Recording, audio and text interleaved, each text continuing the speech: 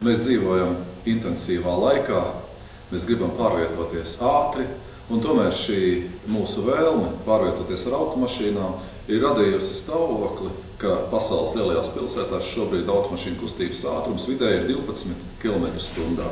Jo vienkārši automašīna ir pa daudz. Un cilvēkiem jāsāk domāt, ko tad darīt, ja automobiļu kustība, ja pārvietošanās ātrums ir gluži tāds pats, kā tas bija pagājušā gadsimta sākumā. Viena no lietām ir ierobežot šo automobiļu satiksmi, bet ierobežot saprātīgā veidā, piespiežot cilvēkus pāriet uz ekoloģiskākiem, ekonomiskākiem un tīrākiem automobiļiem.